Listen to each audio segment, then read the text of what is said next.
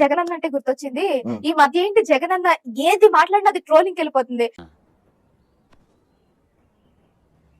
మా అన్న press meet పెడితే చాలు స్టఫ్. మొన్న ఇంగ్లీష్ చదవటం కూడా ఆయన పేపర్ చూసుకుంటూ కూడా కరెక్ట్ గా ఇంగ్లీష్ చదవలేకపోతున్నాడు. ఫస్ట్ క్లాస్ స్టూడెంట్ చదువు అంటే అట్టే ఉంటది. The sample is extracted by using the Gerber, Weibull, Berntrop or Schmidt, Bonsky. అందులోనూ ఆ పేపర్ మళ్ళా 20 సార్లు చూసుంటాడు.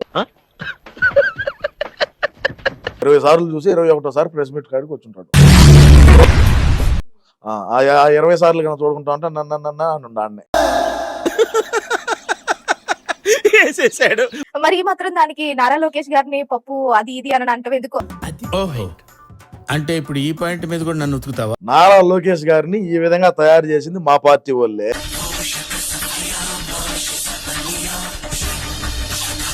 అండ్ వరదల సంగతి తీసుకుందాం, ఎందుకంటే రీసెంట్ గానే జరిగింది కాబట్టి. జగనన్న గారి ప్రభుత్వంలో ఏరియల్ సర్వే కోసం ఒక హెలికాప్టర్ లో తిరుగుతూ ఒక ఏరియల్ సర్వే చేసి ఊరుకునేవారు.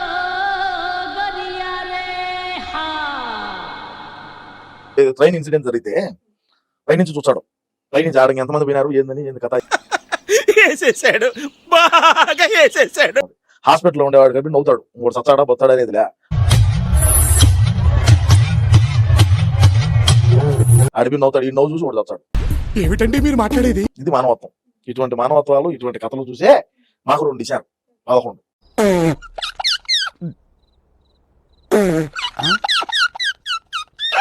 ఒక్కరు కూడా రాష్ట్రంలో ఏ విధంగా జరుగుతుంది, రాష్ట్రంలో పాలన ఏ విధంగా ఉన్నది, రాష్ట్రంలో ప్రజలు ఏ విధంగా ఉన్నారని చూసిన పాపాను పారు.